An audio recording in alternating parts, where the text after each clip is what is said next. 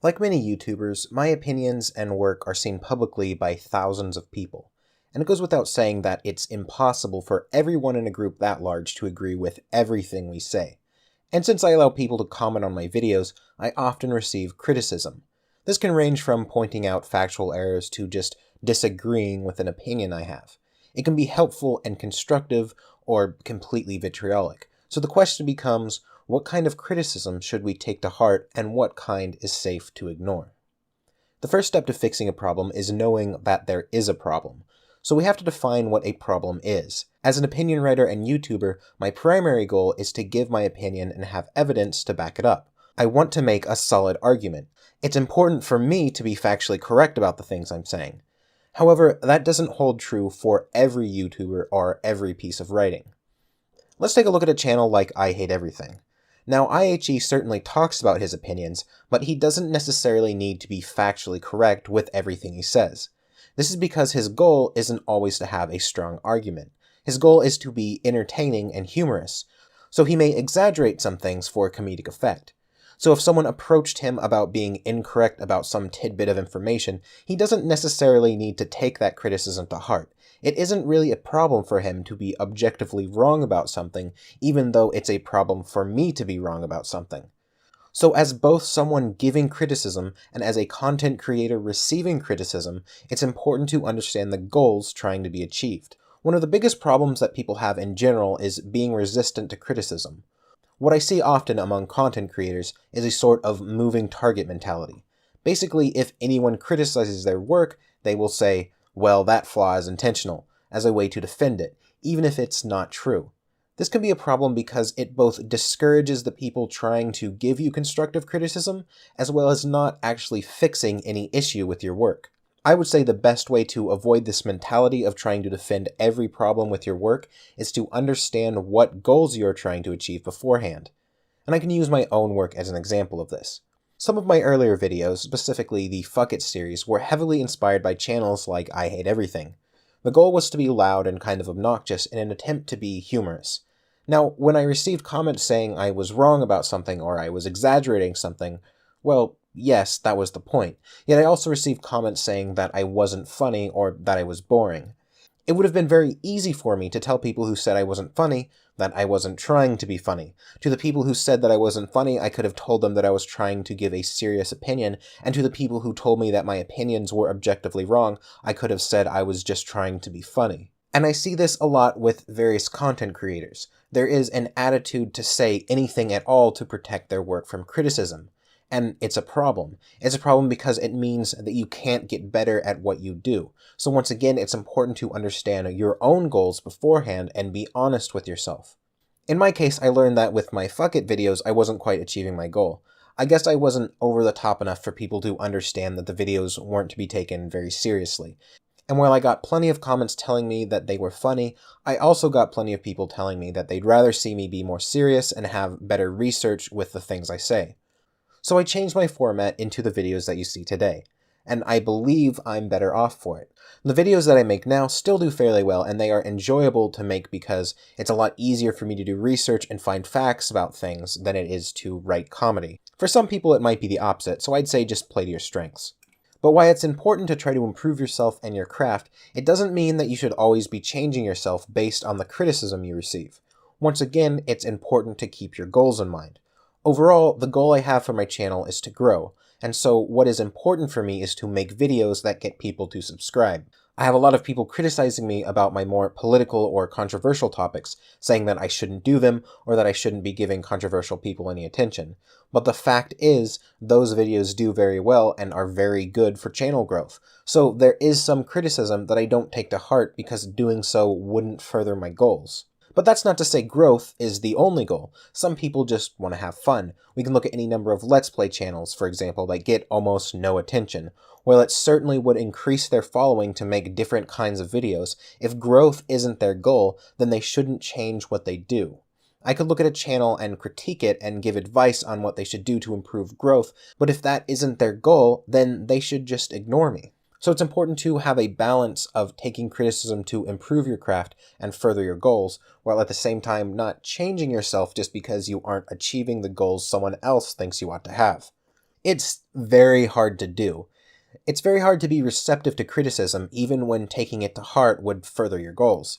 As a content creator, my videos are very personal to me. Not only am I putting my honest thoughts and opinions out there, but I also spend hours upon hours on working to make those thoughts and opinions presentable. So by the end of the process, it's like a piece of me. And when people say it's not good or insult those opinions, it hurts. It feels like a personal attack because, in a way, criticizing someone's work that they consider a part of themselves is a personal attack. But that's not to say you shouldn't criticize others because you're afraid to hurt their feelings. As content creators, and when I say content creators, I don't just mean YouTube, I mean all writers, artists, or anyone who creates things. But as content creators, it is our responsibility to try and separate ourselves from our work. We need to be critical of ourselves and at the same time accept criticism from others. So we have to try and look at our work objectively. I find that the best way to do this is to pretend that someone else made that work. Try and look at it through the same eyes that everyone else looks at it. You could even try writing a review of your own work. Something I've been meaning to do is go back through my old videos and write something in the comments section criticizing each video for its flaws.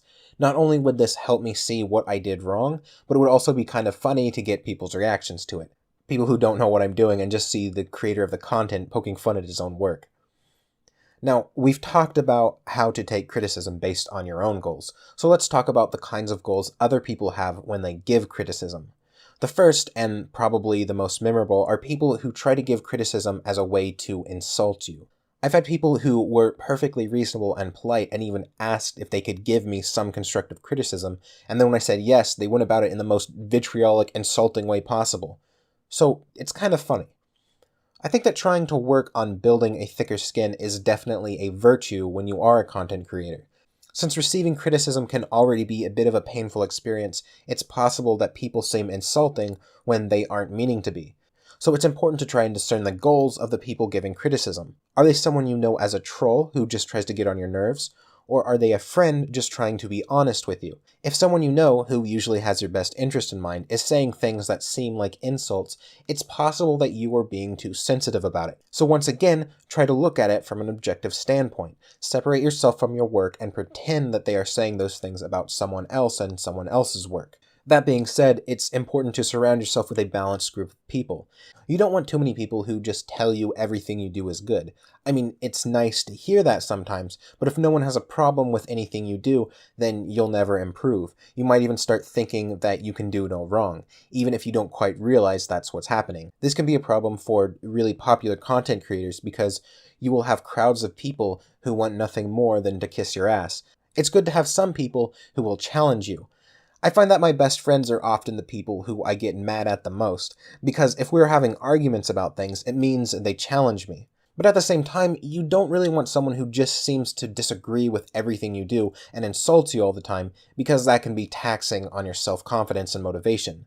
You need to have people who you trust have your best interest in mind, but at the same time don't have a problem challenging you when they think you're wrong. Those people are hard to find, but they are worth their weight in gold. It's good to have some enemies because at least you know that they will always be brutally honest with you.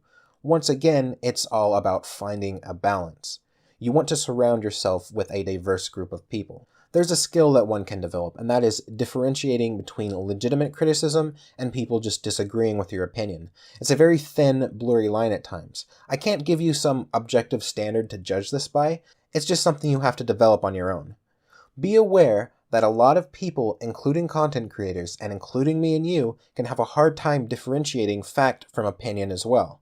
A lot of comments I see are people telling me I'm factually wrong about something, when in reality the issue is that our opinions differ.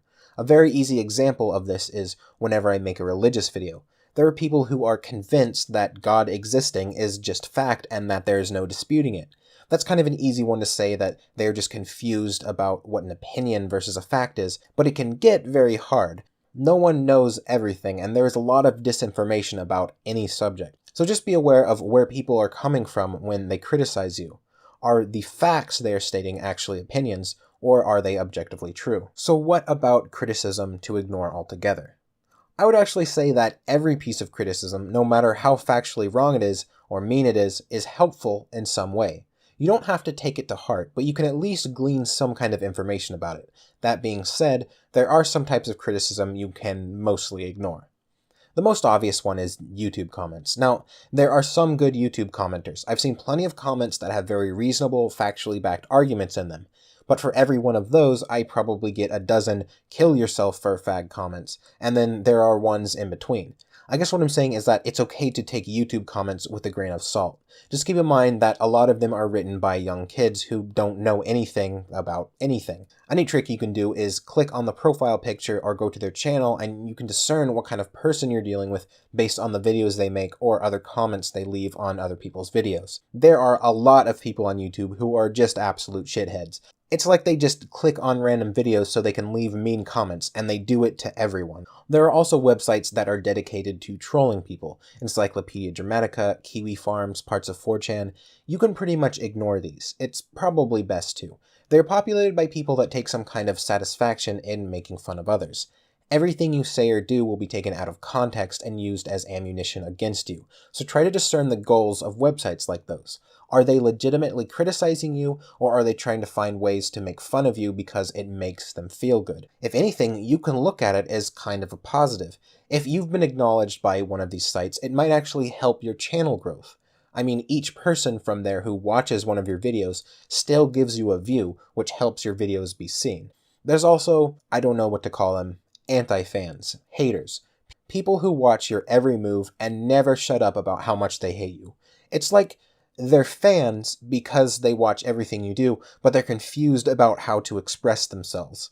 I have one such anti-fan who I actually wanted to do a separate video about, but I'll just mention him here instead. The guy sends me messages, on DeviantArt of all things, at least once a week, and that's not counting all the YouTube and Twitter comments he's made. I can see some people getting annoyed by this, but I actually find it kind of funny. I look forward to whatever new thing he has to hate me for in the messages he sends. Some of these are very bizarre. He got mad at me for joking in my exercise video when I said that donuts are good for you, calling it propaganda, like I'm the donut Gestapo or something. And it's pretty clear he's serious, but has no idea how to approach someone with criticism. I think 95% of people would just block him from all social media, which means he'd never get to say whatever message he has in the first place. But you can take something like this as an example of how to not give criticism. Well, I hope this little chat has helped some of you understand some ways to take and accept criticism, and maybe helped some critics to understand how to approach people with what they say. But before I go, let's hear from my patrons. Kothorix says, detaching yourself from your work really is the best advice one can give when it comes to taking criticism. No one and nothing is absolutely perfect. There's always room for improvement. If you're able to view something you've done from the perspective of someone else, then you've truly achieved the ability to grow as a person. Criticism, relevant or not, serves some purpose, even those people screaming "die for fag" in the comments. Those little snippets make them feel better about themselves and more secure in their own world somehow. So if you can see it as being irrelevant to you but helpful for them, that's cool for everyone. I've never really looked at it like that. Basically, being a punching bag is helpful for other people. I guess if you truly are a selfless person, then that is something you can be concerned with, or maybe take solace in, but for most people, it's probably not something they care about. What I will say is helpful to you from comments like "die for a fag" is that maybe it helps you to understand your audience and the general atmosphere of YouTube. So example, if I have a lot of people focusing on the fact that I'm a furry instead of the content of my videos, it may be helpful for growth to mention furries less. There are actually channels like yourmoviesucks.org with a fairly large following, but because he rarely mentions furries, it doesn't become the focus of his videos for people. Furry Flask says, as a semi-professional writer, I thrive off of criticism. I love being criticized and absolutely hate it when people want to spare my feelings by not telling me what I've done wrong. From constructive to destructive or even just plain idiotic, criticism literally makes my world go round. Without it, I wouldn't be a functional writer or a reliable Navy sailor. However, I understand why some people don't want to be criticized. It hurts being told you're wrong, especially when you've put forth so much effort into something. Hell, I refuse to draw anymore and hardly upload videos because I have become so overly critical of myself that it's become a problem. To which I say, don't hold yourself up to perfect standards and don't assume other people are either. Use that criticism, be it positive, negative, or aggressive, to better yourself and your content. Do not, however, let other people try to change your content through their opinions. I absolutely know what you mean. The least helpful thing that someone can say about my work is, it's good. Basically, that doesn't tell me anything, though I still appreciate the positivity. As for changing yourself because of other people's opinions, once again, it's very important to have your goals in mind. If your goal is to please your audience, then you should take their criticism and tailor your content to appease them. If your goal is to grow your YouTube channel, you should do whatever it is you think will help grow it. You can be yourself and at the same time tailor your content. For example, I have a big whiteboard with various ideas for videos. Now, I could make videos about any of these topics, but because my goal is to grow, it's helpful for me to discern what topics would get the most views. In this way, I'm not really changing myself or the way I do videos, even though the content I do is determined to a degree by other people. Riddle of Lightning says, criticism is an important and often hard thing to come to terms with. Just like Winston Churchill said, criticism may not be agreeable, but it is necessary. It fulfills the same function as pain in the human body. It calls attention to an unhealthy state of things. Be it good or bad criticism, it should call attention to a problem. A good critic will lead you to the problem, but most of the times, they will only show you the symptoms. It is up to the content creators to digest input and put it to good use and then discard the rest. That's a good way to put it. Critics only tell you the symptoms of a problem, and often the problem is something as simple as being unwilling to change or better yourself. Content creators need to make the conscious decision to better themselves before they are going to be willing to accept criticism. Samuel the Fox says, as an artist myself, criticism is very important and crucial for me improving my talent, though it can be very hard to swallow more experienced artist critiques no matter how well it's delivered. In the past, I've gotten really down about making improvements based on suggestions by others.